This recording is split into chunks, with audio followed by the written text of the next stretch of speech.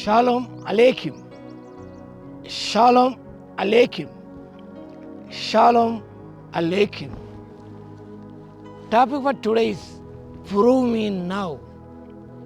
Prove me now. The text is from Malachi chapter 3 verse 10. మలాకి గ్రంథము 3వ అధ్యాయము 10వ వచనం చదువుకుందాం. నా మందిరంలో ఆహారం ఉన్నట్లు 10వ భాగం అంతయు మీరు నా మందిరపు నిధిలోనికి తీసుకుని రండి. దీని చేసి నన్ను శోధించిన ఎడలా నేను ఆకాశ వాకిన విప్పి పట్టసరణ విస్తారముగా దీవెనలు కుమ్మరించదనని సైన్యములకు అధిపతి యెహోవా సెలవిస్తున్నాడు. ఈ వాక్య భాగంలో దీన్ని చేసి మేము శోధించే ఎడలా, the only time God says test me. Bible అంతలో కూడా ప్రభు ఇదిగా చెప్పడం ఒకే ఒక్కసారి కనిపిస్తుంది. The only time God says test me. Do not put the Lord your God to test. దేవుని శోధించకూడదని దేవుని వాక్యం సెలవిస్తున్నది. కానీ ఒక్క సందర్భంలో బైబిల్ అంతలో గమనించినప్పుడు God said, "You prove me." This is the only exception in the Bible. This is a command.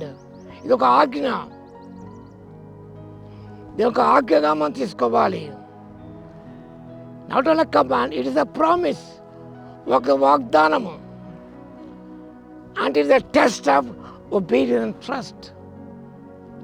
విశ్వాసానికి విధేయతకు ఈ వాక్య భాగము ఒక చిహ్నంగా ఉన్నది. A challenge to move from doubt to faith. Be acting obediently in financial giving. దేవునికి మనం ఇచ్చే విషయంలో ఒక సవాలు. A challenge to move from doubt to faith. విశ్వాసంలోనికి మనము నడిపించబడే ఒక సవాలు ఇది. God said, "Do what I ask." నీవు ఏది అడుగుతున్నానో నేను దాన్ని మీరు చేయండి. It is command. ఇది ఆజ్ఞ అండి. చాలామంది దశభాగం నుంచి చాలా భయంకరంగా మాట్లాడడం అనేది సోషల్ మీడియాలో మనం చూస్తున్నాం. రకరకాల వ్యాఖ్యానాలు. వాక్య భాగంలో ఇది ప్రభుకి ఆజ్ఞగా ఉన్నది. నూతన నిబంధనలో ప్రభు కూడా శాస్త్ర పరిశైలను వారి వేషధాన్ని ఖండించగల వారు ఒక మంచితనాన్ని ప్రభు ప్రశంసించాడు.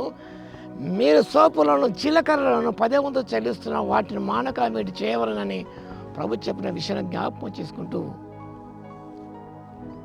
మనము దశమ భాగములు అనేది ప్రతి ఒక్కరూ విశ్వసించబడిన ప్రతి వ్యక్తి కూడా దేవునికి ఇవ్వాలి. రక్షించబడిన ప్రతి వ్యక్తి కూడా దేవునికి ఇవ్వాలి. దేవుని మందిరం నిధిలోకి తీసుకురండి. ఇది ఇస్ కమాండ్. దేవుని ఆజ్ఞ అండి ఇది.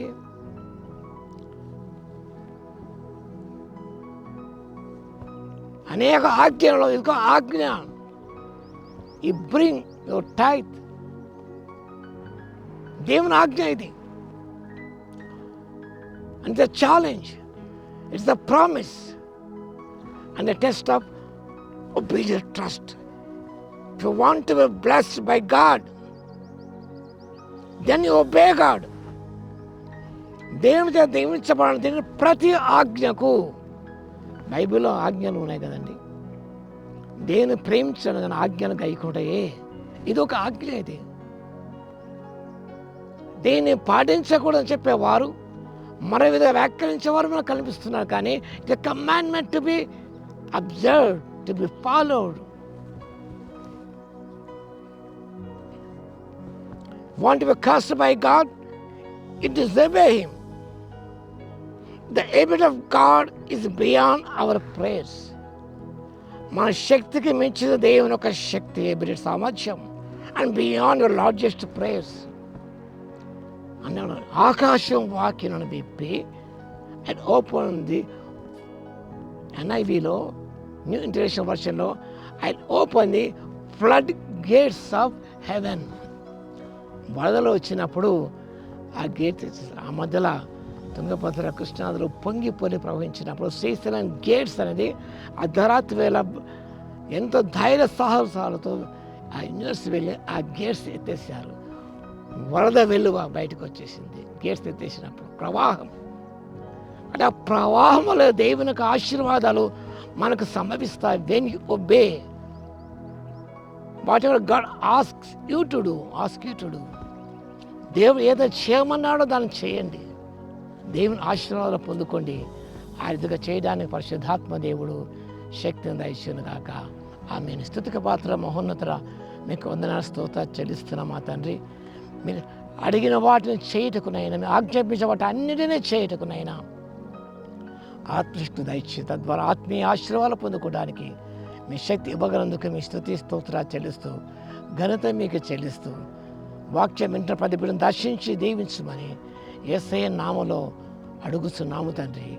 ఆమేన్. మన తండ్రి అయిన దేవుని యొక్క ప్రేమజు, మన ప్రభువును రక్షకుడైన యేసుక్రీస్తు యొక్క కృపయు, పరిశుద్ధాత్మనకు అన్యోన్య సహవాసం మనకు నన్ను ప్రేమించే వారందరికీ సదాకాలము తోడై ఉండును గాక. ఆమేన్.